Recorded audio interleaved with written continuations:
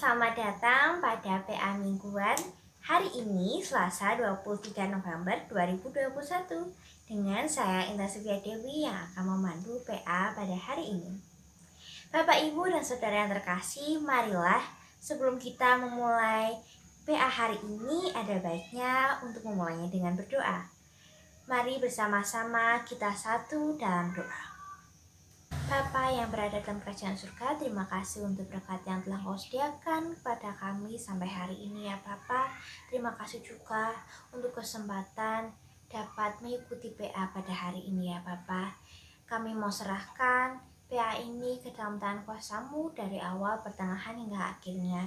Kiranya Engkau juga memberkati Pak Yohanes yang akan memimpin kami dalam PA hari ini. Biarkan kiranya Engkau memberikan hikmat atas dia sehingga ia dapat memberitakan PA ini turut dengan kehendak-Mu ya Bapa. Kami mau serahkan PA ini ke dalam tangan kuasa-Mu saja Bapa.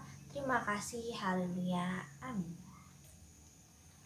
Bapak dan Ibu Saudara yang terkasih, tema PA kita pada hari ini ialah yang Alfa dan Omega, yang diambil dari kitab Wahyu 1 ayat yang keempat sampai ke-8. Pasti Bapak, Ibu, dan Saudara yang terkasih sudah tak asing lagi mendengar kata Alfa dan Omega, yang artinya awalan dan terakhir.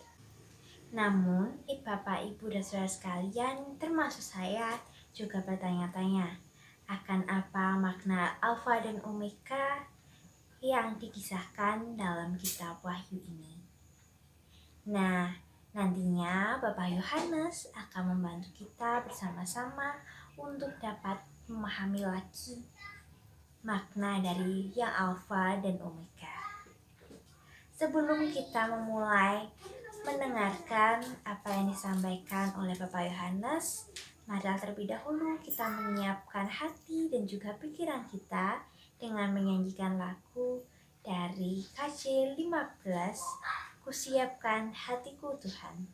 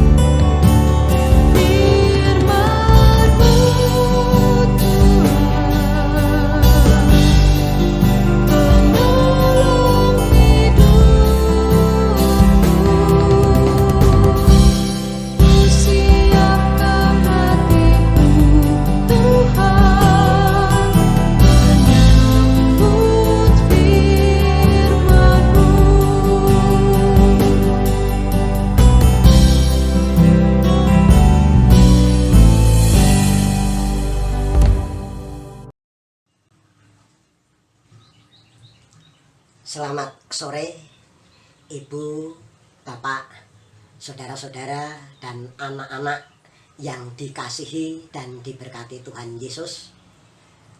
Baik yang berasal dari warga Jemaat GKI Salatiga maupun dari jemaat lain yang petang hari ini melihat tayangan ini. Puji Tuhan, kita dipertemukan kembali dalam acara pemahaman Alkitab dari GKI Salatiga. Hari ini Selasa tanggal 23 November tahun 2021. Saya berharap Ibu Bapak, saudara-saudara dalam keadaan baik-baik saja.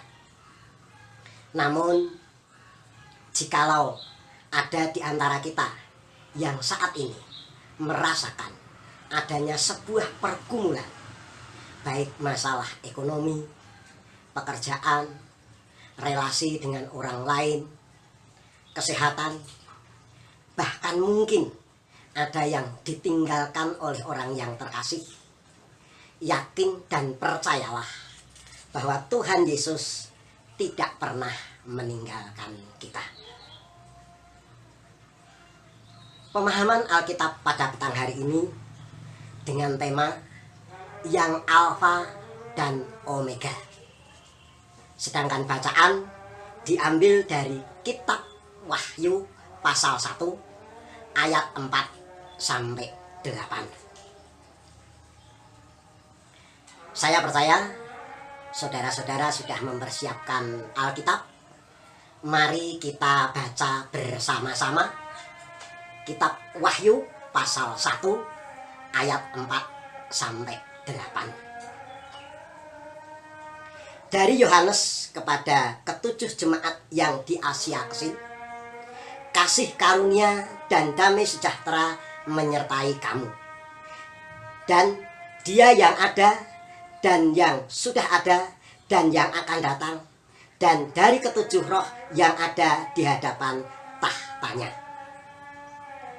dan dari Yesus Kristus, saksi yang setia, yang pertama bangkit dari antara orang mati, dan yang berkuasa atas raja-raja bumi ini. Bagi Dia yang mengasihi kita dan yang telah melepaskan kita dari dosa kita oleh darah-Nya, dan yang telah membuat kita menjadi suatu kerajaan, menjadi imam-imam bagi Allah Bapanya. Bagi Dialah kemuliaan dan kuasa sampai selama-lamanya. Amin. Lihatlah, Ia datang dengan awan-awan, dan setiap mata akan melihat Dia, juga mereka yang telah menikam Dia, dan semua bangsa di bumi akan meratapi Dia. Ya, amin.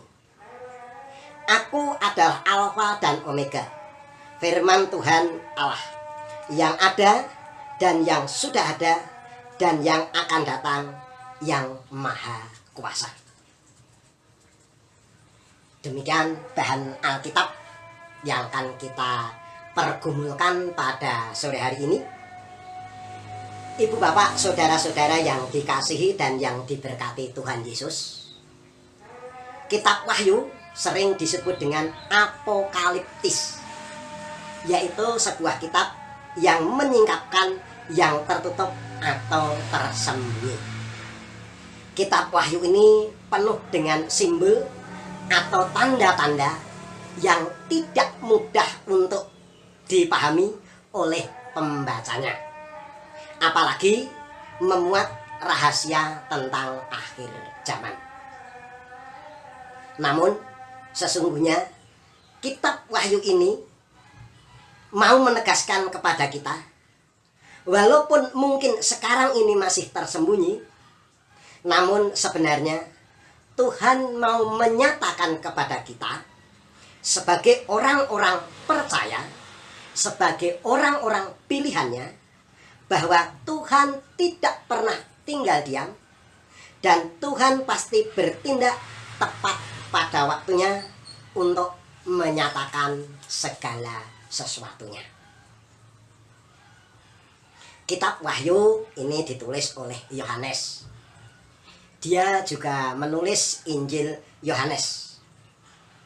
Di dalam Injil, dia menulis tentang kisah Tuhan Yesus, dimulai dari kelahirannya, pelayanannya, kesengsaraannya, kematiannya, sampai kebangkitannya.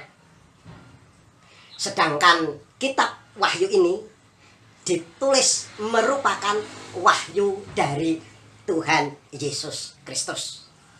Dapat kita lihat pada pasal 1 ayat 1 dan 2. Di mana Allah mengaruniakan wahyu kepada Yesus Kristus supaya Yesus Kristus menunjukkan wahyu itu kepada hamba-hambanya, termasuk kita orang-orang yang percaya.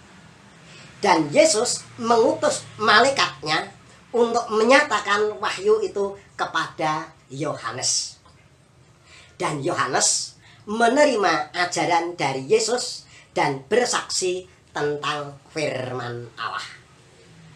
Itu dapat kita lihat di dalam Injil Yohanes 1 ayat 1. Pada mulanya adalah firman. Firman itu bersama-sama dengan Allah, dan firman itu adalah Allah. Ibu, bapak, saudara-saudara yang dikasihi dan diberkati Tuhan Yesus. Sebelum secara khusus kita menggumuli pernyataan Tuhan Yesus tentang Sang Alfa dan Omega yang tertulis tadi di dalam pasal 1 ayat 8, mari kita lihat ayat-ayat yang mendahulunya pada bacaan kita tadi, yaitu kitab Wahyu pasal 1 ayat 4-8. Di dalam ayat 4 dinyatakan kasih karunia dan damai sejahtera yang disampaikan pertama dari Dia yang ada, yang sudah ada, dan yang akan datang. Pernyataan ini menunjuk pada Allah Bapa. Yang kedua, dari ketujuh roh yang ada di hadapan tahtanya. Hal ini menunjuk kepada Roh Kudus. Sedang yang ketiga, dari Yesus Kristus yang adalah anak. Jadi kasih karunia dan damai sejahtera itu datang dari Allah Tritunggal, yaitu Allah Bapa, Allah Anak, dan Roh Kudus. Allah yang dari dahulu sudah ada dan akan terus bertindak dan tidak tinggal diam bagi umatnya. Jadi salam yang diberikan ini bukan merupakan salam basa-basi seperti salam dari seorang sahabat yang sudah lama tidak ketemu mengirimkan salam. Namun sebuah salam yang datangnya dari Tuhan Yesus sendiri, dan sebuah salam yang berisi tentang harapan dan kenyataan. Sedang pada ayat 5, salam dari Yesus Kristus dan disebutkan dengan karya-karya yang dilakukannya. Yang pertama disebut saksi yang setia, karena selama hidupnya di dunia ini ia memberikan kesaksian tentang Allah dan kerajaannya. Kesetiaan Tuhan Yesus telah nyata di atas kayu salib. Bahkan Dia rela mati bagi orang-orang yang berdosa, termasuk panjenengan dan saya. Kedua, Ia disebutkan yang pertama bangkit dari antara orang mati.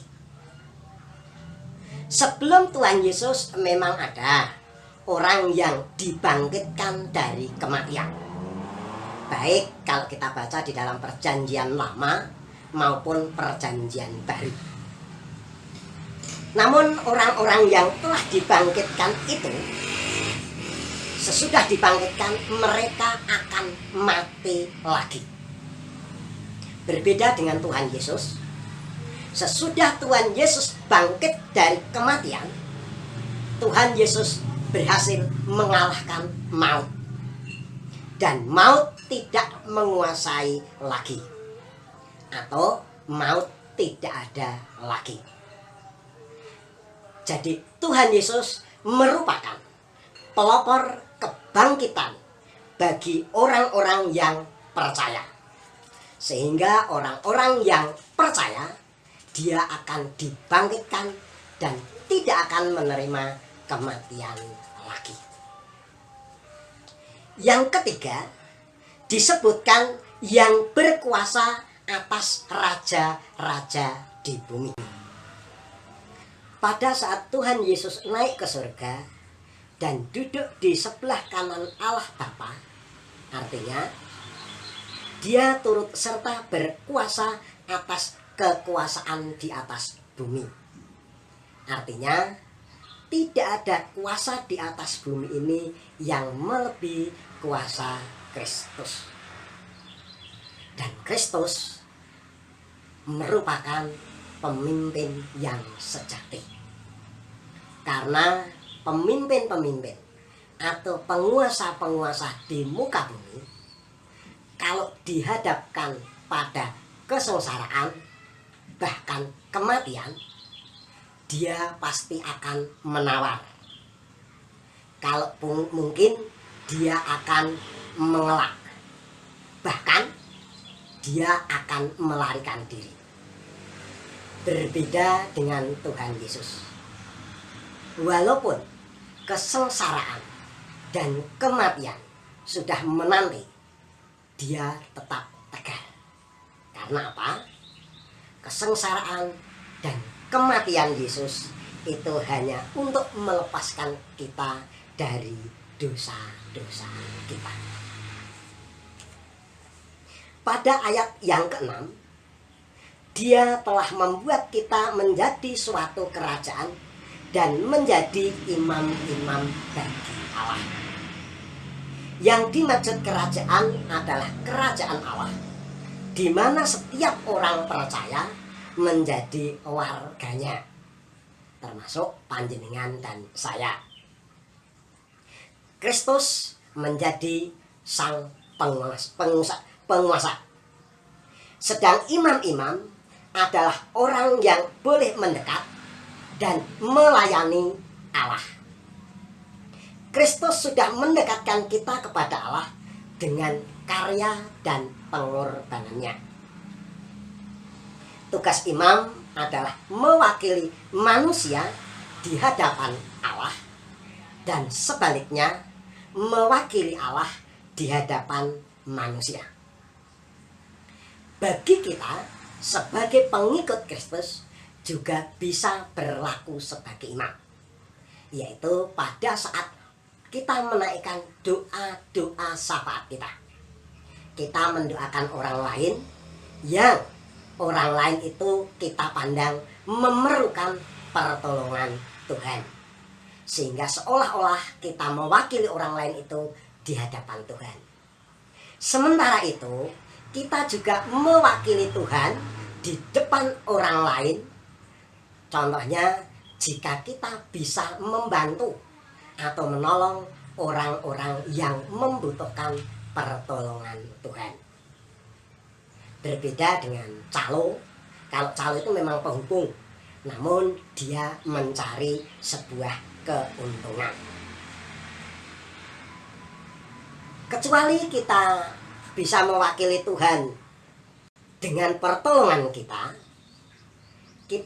juga dapat menunjukkan kita sebagai anak-anak Tuhan itu melalui sikap dan perilaku kita yang penuh kasih dan kebenaran. Ibu, bapak, saudara-saudara yang dikasihi Tuhan Yesus, pada ayat 6 ini Yohanes mengakhirinya dengan pujian. kepada Kristus, bagi dialah kemuliaan dan kuasa sampai selama-lamanya. Sedang pada ayat 7, ia datang dengan awan-awan. Awan-awan menunjukkan suasana yang penuh dengan kemuliaan dan keagungan yang berasal dari atas. Yesus yang pernah ditikam atau dibunuh akan datang dengan segala kemuliaannya, dan setiap mata akan melihat dia. Maka setiap orang yang tidak percaya, terlebih yang telah menikam dan membunuh dia, akan meratapi dia. Dan saat ini kuasa dunia seolah-olah berhasil mengalahkan umat Tuhan. Namun di suatu saat nanti akan melihat Kristus sang kepala gereja akan datang dengan penuh kemuliaannya, sehingga mereka yang telah menolak dia akan menyesalinya. Ibu, bapak, saudara-saudara yang dikasihi dan diberkati Tuhan Yesus, itu tadi merupakan uraian bagian dari kitab Wahyu pasal 1 ayat 4 yang berisi salam untuk ketujuh jemaat. Sedang pada ayat 8 Tuhan Yesus menyatakan, "Aku adalah Alfa dan Omega, firman Tuhan Allah yang ada dan yang sudah ada dan yang akan datang." Kira-kira apa maksudnya yang Alfa dan Omega?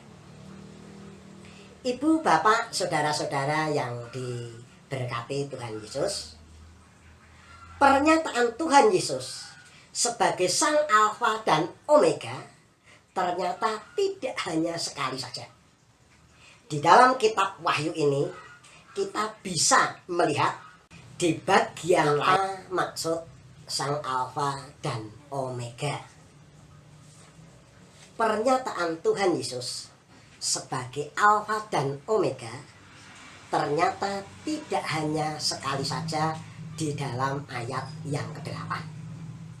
Di dalam kitab Wahyu pasal 1 ayat 17, kitab Wahyu pasal 2 ayat 8, dan kitab Wahyu pasal 22 ayat 13, Tuhan Yesus juga menyatakan bahwa dia merupakan Alfa dan Omega. Kita juga dapat membandingkan pernyataan yang hampir sama di dalam kitab Perjanjian Lama, yaitu kitab Yesaya pasal 44 ayat 6, kitab Yesaya pasal 48 ayat 12, dan kitab Keluaran pasal 3 ayat 14. Dari beberapa ayat tersebut, maka dapat kita artikan bahwa yang pertama, Yesus menyatakan dirinya sebagai firman yang ada dan terus-menerus ada sejak permulaan, yaitu di dalam diri Allah sebagai sumber segala sesuatu. Kejadian pasal 1 sampai pasal 3, Allah menciptakan segala sesuatu dengan firman-Nya. Yang kedua, Yesus memiliki hakikat firman yang kekal. Ia hidup selamanya. Bahkan di dalam firman-Lah hidup dan terang manusia. Yohanes pasal 1 ayat 3 dan 4. Yang ketiga, Yesus akan datang untuk menggenapi janjinya, yaitu untuk membawa orang-orang percaya masuk dalam kerajaan surga. Yang keempat, Yesus akan datang sebagai hakim untuk menyatakan hukuman bagi barang siapa yang tidak percaya. Dan yang terakhir kelima, Yesus menyatakan bahwa Dia yang maha kuasa. Kemahakuasaan Yesus kita saksikan, kita rasakan, kita alami di dalam kehidupan kita sehari-hari. Saudara-saudara yang dikasihi Tuhan Yesus, Alfa dan Omega merupakan huruf pertama dan terakhir dalam abjad Yunani. Artinya Allah yang mengawali dan Allah juga yang mengakhiri segala sesuatu. Jadi antara Allah yang mengawali dan Allah yang mengakhiri ada jeda waktu. Dan jeda waktu itu Allah terus-menerus berkarya melalui anaknya Yesus Kristus. Sehingga dapat kita nyatakan bahwa karya Allah di dalam Kristus sudah dilakukan, sedang dinyatakan, dan terus dikerjakan sampai pada penggenapan tentang janjinya, yaitu Dia akan datang kembali di dunia ini. Dengan demikian, kita semakin diyakinkan dan dikuatkan untuk tetap setia dan beriman kepada Kristus di dalam segala keadaan kita. Amin. Ibu, bapak, saudara-saudara yang dikasihi dan yang diberkati Tuhan, demikianlah pengantar saya dalam pemahaman Alkitab pada sore hari ini.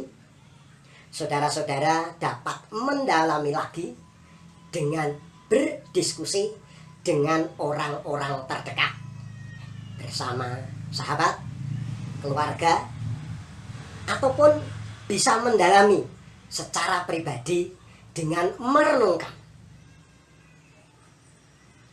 Sedangkan bahan diskusi sudah tertulis dalam bentuk pertanyaan, dan akan saya bacakan pertanyaan-pertanyaan itu bagi Bapak, Ibu, saudara-saudara. Yang pertama, Allah yang saudara pahami dengan Allah yang hendak dinyatakan dalam kitab Wahyu ini, apakah sama atau berbeda persepsinya? Bagikan pemahaman saudara. Yang kedua, seberapa dalam dampaknya bagi iman saudara bahwa Kristus yang saudara percayai akan datang kembali dalam kemuliaannya? Bagikan perasaan dan keyakinan saudara. Yang ketiga, yang Alfa dan yang Omega itu berarti Allah tidak setengah-setengah dalam menyatakan karya kasih-Nya. Ia akan menggenapi semuanya. Sejauh mana dalam pergumulan kita justru merasa Allah itu seolah-olah tertidur. Ia tidak peduli atau masa bodoh dengan kita. Bagikan pengalaman saudara. Yang keempat, sudahkah dalam hidup kita sehari-hari kita menampakkan bahwa kita adalah bagian dari kerajaan Allah dan imam-imam Allah? Dalam hal apa saja kita bisa menunjukkannya secara konsisten. Demikian panduan diskusi kali ini. Selamat berdiskusi dalam hikmat Allah. Tuhan Yesus menyertai dan memberkati kita. Amin. Mari kita tutup dengan berdoa. Tuhan Yesus yang di surga, terima kasih Tuhan untuk penyertaan dan kasih-Mu. Tuhan, izinkan kami untuk belajar sebagian dari firman-Mu. Kami percaya Tuhan Yesus akan memberikan kemampuan, kekuatan di dalam kami tidak hanya memahami, namun menyimpan, bahkan melaksanakan di dalam kehidupan kami sehari-hari. Di dalam nama Yesus kami telah berdoa dan mengucap syukur. Amin.